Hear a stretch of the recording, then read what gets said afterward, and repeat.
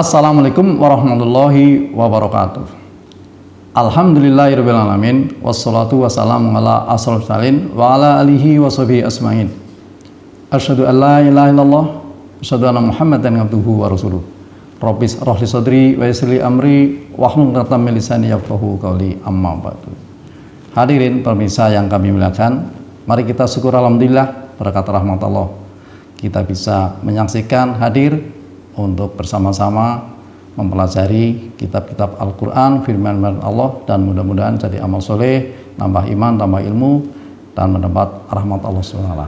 Salawat dan salam mari kita haturkan kepada junjungan kita Nabi Muhammad SAW beserta keluarga, sahabat, dan orang-orang yang mengikuti sunnahnya, dan mudah-mudahan seperti kita semaksimal mungkin untuk berusaha mengikuti saya. Kita punya harapan kelak, mudah-mudahan kita akan memperoleh syafaat pada hari kiamat nanti. Amin.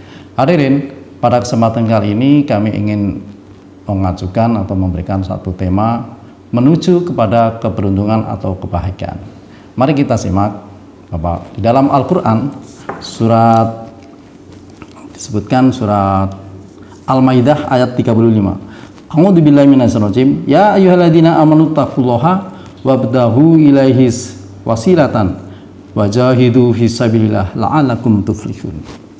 Wahai orang yang beriman, nah, disebutkan orang beriman, bertakwalah kamu dan carilah jalan yang mendekatkan diri kepada Allah. Berjihadlah pada jalannya supaya kamu mendapat keberuntungan. Pertama disebutkan supaya kita itu menjadi orang yang beriman. Insya Allah orang sudah ngerti, iman, percaya, yakin dan sebagainya. Tapi kalau kita disebutkan dalam Al-Quran disebutkan yang lain, innamal mu'minuna alladzina amanu. Sesungguhnya orang yang beriman itu yaitu orang yang bertakwa kepada Allah, yaitu orang yang percaya kepada Allah dan pada akhir, tapi tidak ragu-ragu, kemudian berjihad di jalan Allah. Itulah orang yang iman yang benar. Innamal mu'minuna alladzina amanu wa idza dzukirallahu wajilat qulubuhum wa idza tuliyat 'alaihim ayatuhu zadathum imana wa 'ala rabbihim wa yatawakkalun. Sesungguhnya orang beriman itu adalah apabila disebut asma Allah bergetarlah hatinya, melihat ayat-ayat Allah bertambah imannya, dan kesemuanya kembali bertawakal kepada Allah. Itulah orang yang beriman. Hadirin, insya Allah seperti kita mudah-mudahan sudah tergolong orang yang beriman. Dan juga disebutkan di dalam Al-Quran ada 80 ayat yang diawali dengan ya ayyuhalladzina amanu, dipanggil wahai orang-orang yang beriman. Dan insya Allah kita sudah siap, mudah-mudahan kita adalah termasuk orang-orang yang beriman. Wattaqullaha, bertakwalah kepada Allah. Apa itu takwa? Adalah patuh, hati-hati melaksanakan segala perintah berdasarkan kemampuan semaksimal mungkin, meninggalkan larangannya. Itulah takwa. Dan kita di dalam hidup harus hati-hati. Kalau disebutkan di dalam riwayat, Umar bin Khattab tanya kepada sahabatnya, bagaimana itu takwa? Takwa kalau kamu lagi jalan tidak pakai sandal di dalam duri, bagaimana kamu takwa? Jalannya hati-hati supaya kita itu tidak tercuri. Sama di dalam kehidupan kita, supaya kita itu hati-hati di dalam menempuh kehidupan kita, karena banyak sekali rintangan, tidak seindah apa yang kita lihat. Pakaian kita melihat Gunung Merapi dari jauh, begitu indahnya, tapi begitu kita mendekat banyak kelok, banyak jurang, banyak batu, dan bisa menggelincirkan kita. Itulah takwa. Dipesankan lagi, wabtaghi, mendekatlah kamu wasilatan, dengan wasilah. Apa itu wasilah? Adalah beramal yang soleh. Nah, kita supaya mendekat kepada Allah yang populer, sebentar lagi kita akan melaksanakan ibadah puasa. Bagaimana puasa? Melaksanakan perintah, gitu kan? Itu mendekatkan diri kepada Allah. Tidak ada orang yang tahu, hanya yang tahu puasa adalah kita sama Allah SWT. Malaikat hanya mencatat saja kita puasa, ikhlas apa tidak, nggak ngerti. Sabar menunggu saat kita berbuka. Mendekatkan diri kepada Allah. Kurban, qoroba, mendekatkan karena kita tuh mau mengeluarkan uang. Itulah yang namanya wasilah. Beramal-amal yang soleh. Amal yang soleh, semuanya amal, tapi yang soleh apa? Ada perintah dan tuntunnya dari Allah SWT dan Rasulnya. Itulah amal yang soleh.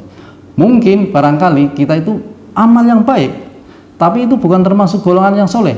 Contoh nyata, sehabis sholat asar wajib, kita semangat untuk apa? Sholat lagi 2 rakaat habis. Nah, itu amal sholat baik, tapi tidak ada tuntunannya, bukan amal yang soleh. Puasa, itu kan. Sudah ada puasa perintahnya Senin, Kamis, Pid, itu kan. Kok ada puasa yang lain, bukan amal yang soleh. Sama juga kita itu diperintahkan untuk pergi ibadah haji. Kok ada pergi ke yang lain, itu bukan amal yang soleh. Nah, wabtaghi ilaihi sabila, yaitu mendekatkan diri kepada Allah. Supaya apa? La'allakum tuflihun, supaya kita akan memperoleh kebahagiaan, keberuntungan. Hadirin, juga kita sudah ada panggilan pendengaran yang sangat luar biasa dikumandangkan. Hayya 'alal falah, mari kita sholat. Hayya 'alal sholah, mari kita sholat. Hayya 'alal falah, mari kita menuju kepada kebahagiaan, keberuntungan. Kan sudah sangat jelas. Kalau kita itu sudah dipanggil, kita akan menuju kepada sholat. Itu akan apa? Menuju kepada keberuntungan, kejayaan yang abadi dan sebagainya. Apalagi ada perintah yang sangat luar biasa. Kalau kita menjadi orang yang kaya di dunia sebentar, juga menjadi orang yang miskin di dunia sebentar. Bagaimana supaya kita menjadi orang yang hakiki, menjadi orang yang kaya?